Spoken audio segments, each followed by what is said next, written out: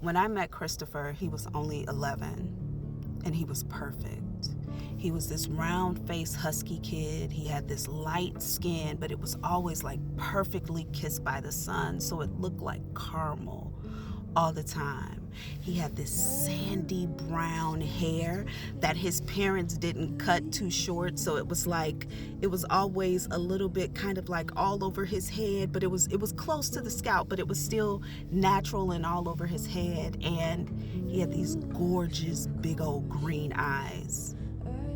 I truly thought that Christopher was perfect. But Christopher was a nerd, and when he spoke, he breathed out of both his nose and his mouth, and it was loud, like, huh? Where are we going? You know, like that. So Christopher wasn't popular. As a matter of fact, when I moved into this neighborhood, I moved in next door to the most popular girl in the community. She was pretty enamored with the boys, and they were pretty enamored with her.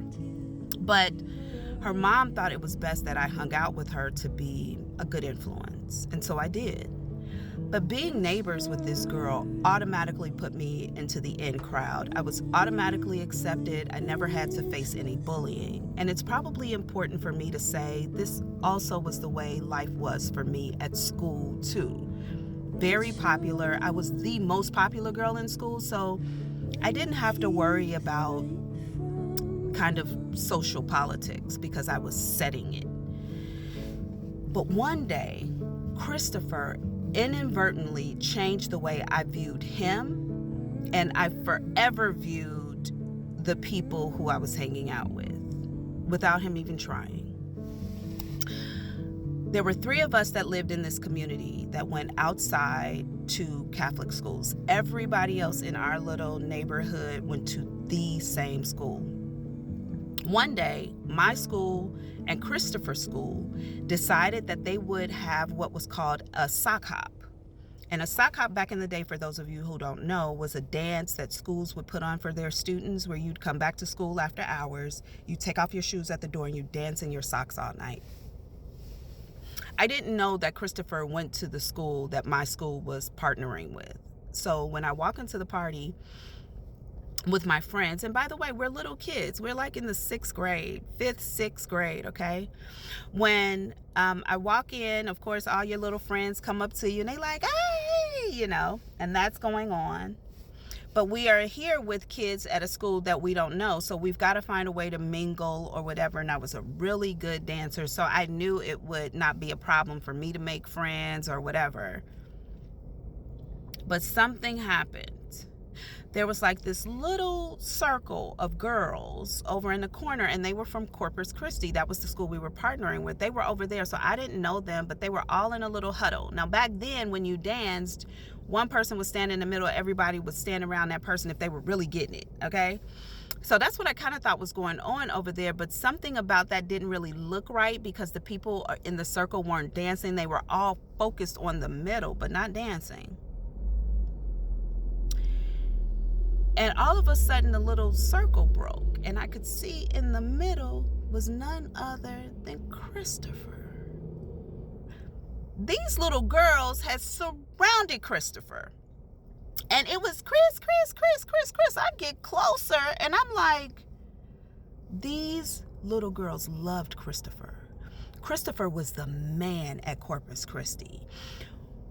When I walked into this party and I saw that line separate and Christopher was in the middle, what I did not notice at first, it took a little bit, was all of the little boys were sitting on the other bench looking at all of the little girls on Christopher.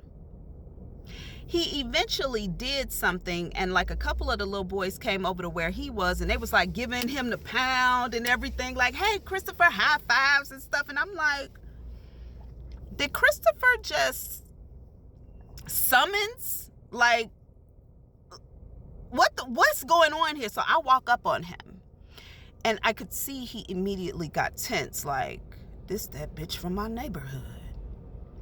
And the crazy thing is, I low-key liked Chris. I low-key thought he was fine. So the fact that I had been bullying him with the other kids back at the crib, I was a little like, I was having an emotional breakthrough, a mental breakthrough. I couldn't understand like how these kids saw something so special in Christopher, but the kids back at the crib didn't. And even I liked Christopher, but I went along with the kids back at the crib. But we're in this party. And when he tensed up and he saw me, I knew just back off. But I couldn't take my eyes off Chris for the rest of that night. I saw how teachers, other students, even kids from my own school were attracted to Christopher. And just, he didn't do anything with the attention. He wasn't like, yeah, I'm the man, I'm Christopher, yeah, everybody.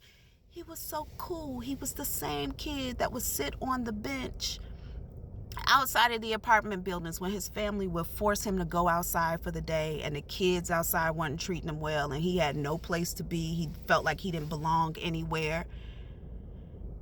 He sat on the bench in that party the same way he sat on the bench outside of our building. And I just thought to myself, it's not about who you are. It's about the people in the environment that you're in, and how they value themselves will have a lot to do with how they value you. And one thing I recognized, now not back then when I was 11, but over the years, I came to understand that the reason those kids did not like Christopher is the reason I did, was because he was good looking. And everything was no sweat off Christopher's back. Sure, he was a nerd, but how many kids you know not nerds? But the kids at Christopher's school, they didn't have to compete with Christopher. The boys in that class maybe had to compete for looks, but something about them having all this time to be with Christopher and see how laid back he was, and the energy just kind of flowed around him. They loved him. They saw him. They weren't resistant to who he was. They just allowed him to be. And when that happened, Christopher was a magnet for everything in the environment that anybody else could potentially want. And I want you to think about Christopher and yourself. Where do you fit in Christopher's story? Are you Christopher? Are you me? Somebody who likes somebody, but you're going along with the crowd because majority rules? Are you the crowd that's resistant against somebody and you know the reason why? Or are you the group who sees somebody clearly and you have no idea that that same person is in a whole nother scenario in their life, being bullied, not seen, maybe even abused?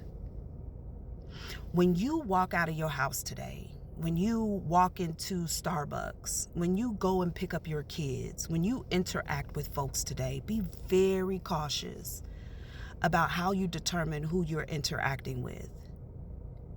We don't know the complexity of each other's lives. We don't know if how we're seeing somebody is an influence of another person or if it is truly who they are. So take a minute, give yourself some space, take a deep breath, give the room some room. And as Jay-Z says, let that bitch breathe. But before you make a determination about how you're going to treat someone, before you decide I'm going to join the bandwagon on this push or resistance against someone, make sure you're being influenced by love. Because it could be a lot about the environment and the people you're with than it is about the person you're sending that energy towards. I love you.